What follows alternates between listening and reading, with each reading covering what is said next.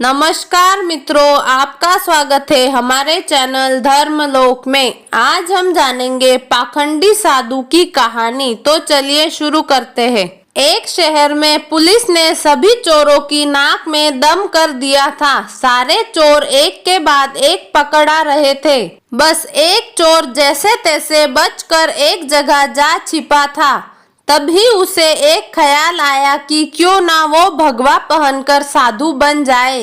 ये दुनिया चोरों को तो जूता मारती है, अगर वही चोर भगवा पहन ले तो उसके पैरों में पड़ी रहती है। इस प्रकार चोर साधु बनकर घूमने लगता है। कुछ दिनों बाद पाखंडी साधु में एक कला थी कि वो बोलने में बहुत माहिर था। प्रवचन तो उसके बाएं हाथ का खेल था। इस कारण साधु की निकल पड़ी। उसके बहुत से शिष्य बन जाते हैं। कई लोग उसके आगे पीछे घूमने लगते हैं। उसे मुफ्त में खाने को मिलने लगता है। बस उसे सांसारिक जीवन छूटने का दुख रहता है।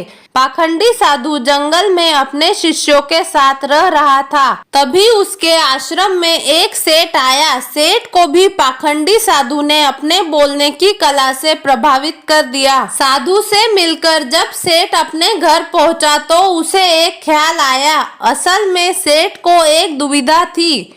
उसके पास बहुत सोना था जिसे चोरों के डर के कारण वो अपने घर में नहीं रख सकता था। उसने सोचा क्यों ना ये सोना साधु के आश्रम में रख दिया जाए, क्योंकि साधु को कभी कोई मोह माया नहीं रहती है। वो तो भगवान का रूप होते हैं। किसी को ऐसे देवता पर शक भी नहीं होगा कि उनके आश्रम में सोना गड़ा हुआ है। ऐसा सोचकर सेठ दूसरे दिन सोना लेकर पाखंडी साधु के आश्रम आता है और उसे पूरी बात बताता है। फिर क्या था, पाखंडी साधु का तो दिल गदगद हो गया। उसकी आंखें तो उस सोने की पोटली से हट ही नहीं रही थी। उस सेठ ने वो सोने की पोटली आश्रम के एक पेड़ के नीचे दबा दी और वहां से चला गया। अब साधु को नींद कहाँ आनी थी। वो रात भर उस सोने की पोटली के बारे में सोचता रहा। उसने सोचा अगर ये सोना मिल जाए तो जीवन तर जाएगा, सांसारिक सुख भी मिलेगा जो इस भगवा कपड़ों ने छीन लिया है।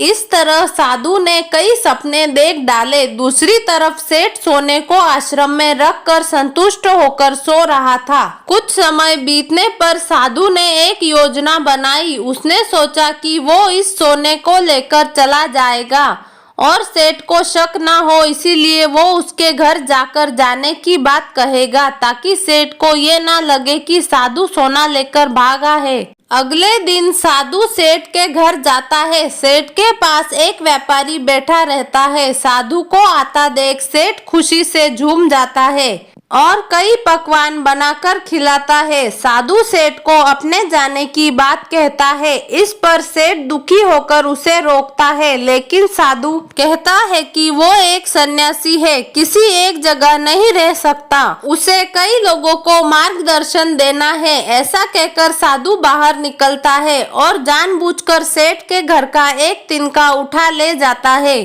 थोड़ी देर बाद साधु वापस आता है, जिसे देख सेठ वापस आने का कारण पूछता है। तब साधु कहता है कि आपके घर का ये एक तिनका मेरी धोती में लटक कर मेरे साथ जा रहा था, वही लौटाने आया हूँ। सेठ हाथ जोड़कर कहता है कि इसकी क्या जरूरत थी। तब साधु कहता है इस संसार की किसी वस्तु पर साधु का कोई हक नहीं है। फिर अपनी बात से वो सेठ को मोहित कर देता है और वहाँ से निकल जाता है। ये सब घटना सेठ के पास बैठा व्यापारी देखता है। व्यापारी जोर जोर से हंसने लगता है। सेठ हंसने का कारण पूछता है। तब व्यापारी उसे कहता है तुम मूर्ख हो, वो पाखंडी तुम्हें लूट के ले गया। जिस पर सेठ कहता है कि कैसी बात करते हो, वो एक संत है, बहुत ज्ञानी है। व्यापारी कहता है अगर तुम्हें अपना सोना बचाना है तो उस जगह चलो जहाँ सोना दबाया था। सेठ उसे वहाँ लेकर जाता है और खुदाई करता है, लेकिन उसे कुछ नहीं मिलता। वो रोने लगता है।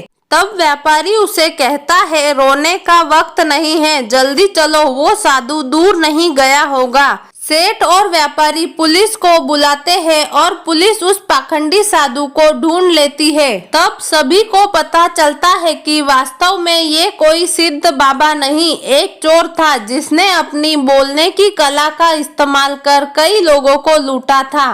पुलिस से बचने के लिए भगवा पहन लिया था। सोना मिलने के बाद सेठ की जान में जान आती है। सेठ व्यापारी से पूछता है कि उसे कैसे पता चला कि ये साधु पाखंडी है। व्यापारी ने कहा, वो साधु बार बार अपने आप की तारीफ कर रहा था। संत कितने महान होते हैं, बार बार यही दोहरा रहा था। जबकि जो सच मायने में संत होते हैं उन्हें इस बात को दोहराने की जरूरत नहीं पड़ती है। इसीलिए मित्रों, आज के समय में जो भगवा पहनकर प्रवचन देते हैं वो सभी संत नहीं होते हैं। तो मित्रों, आज के लिए बस इतना ही। उम्मीद करते हैं हमारे द्वारा दी गई जानकारी आपको अच्छी लगी होगी। आपको हमारा वीडियो अच्छा लगा हो तो लाइक, शेयर और सब्सक्राइब जरूर करें।